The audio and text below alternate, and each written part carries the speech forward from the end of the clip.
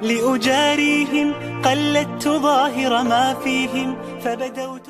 Assalamualaikum warahmatullahi wabarakatuh.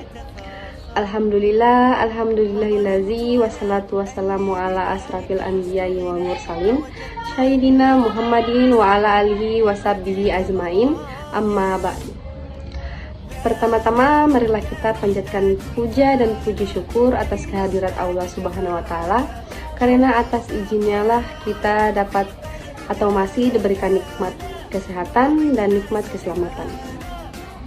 Tak lupa pula salawat serta salam kita haturkan kepada junjungan Nabi besar kita, Nabi Muhammad Sallallahu Alaihi Wasallam. Pada kesempatan kali ini atau di video kali ini, saya dan 3 teman saya akan membawakan ceramah yang berjudul Syirik Besar dan Syirik Kecil. Perbuatan syirik memang sudah ada sejak zaman dahulu kala. Pertama kali ada di zaman Nabi Nuh alaihissalam atau pada masa Nabi Nuh alaihissalam. Terdapat orang-orang salih yang hidup sebelum Nabi Nuh alaihissalam diutus sebagai nabi dan rasul. Mereka bernama Wadah, Suwa, Yahud, Yakub, dan Nasir. Selang beberapa waktu setelah mereka meninggal, dibuat monumen-monumen di tempat tertentu sebagai pengingat kesalehan mereka. Namun lama-lama monumen tersebut malah disembah.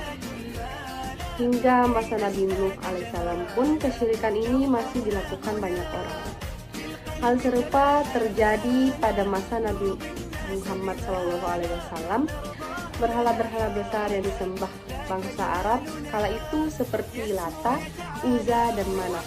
Sebenarnya nama-nama orang salih semasa hidupnya. Syirik dalam aspek rukun iman pertama, yakni iman kepada Allah Subhanahu wa taala, yaitu 1. Syirik terhadap rububiyah Allah Subhanahu wa taala berupa meyakini ada makhluk penguasa tertentu. Ada makhluk penguasa selain Allah Subhanahu wa taala. Yang kedua, syirik terhadap uluhiyah Allah Subhanahu wa taala berupa mempersembahkan ibadah kepada makhluk tertentu. Yang ketiga, syirik terhadap nama dan sifat Allah Subhanahu wa taala berupa mengimani adanya makhluk yang sifatnya sama dengan Allah Subhanahu wa taala. Konsekuensi dari perbuatan syirik amatlah besar, sebab Allah tidak akan mengampuni dosa syirik sebagaimana firman-Nya dalam Quran Surat An-Nisa ayat 48. Artinya, sesungguhnya Allah tidak akan mengampuni dosa syirik dan Dia mengampuni segala dosa yang selain dari syirik. Itu bagi siapa yang dikehendakinya. Barang siapa yang mempersekutukan Allah, maka sungguh ia telah berbuat dosa yang besar. Quran Surat An-Nisa ayat 48. Syirik tidak hanya tentang menyembah berhala atau dewa atau Tuhan selain Allah Subhanahu wa taala, sehingga keluar dari Islam saja, yang mana ini disebut syirik besar.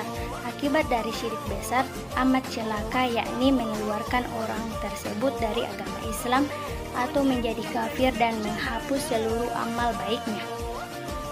Ada juga syirik kecil yang perlu kita waspadai, contohnya seperti perbuatan riya, menyombongkan perbuatannya, merasa hal berhasil atau tidak bukan dari kehendak Allah Subhanahu wa taala. Contoh lainnya juga ialah dia bersumpah selain dengan nama Allah Subhanahu wa taala, memakai jimat dan mempercayai ramalan dan lain sebagainya.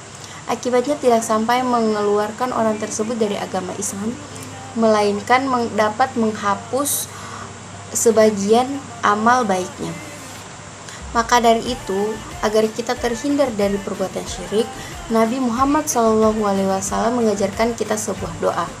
Doanya itu tercantum dari zikir pagi dan zikir petang, yaitu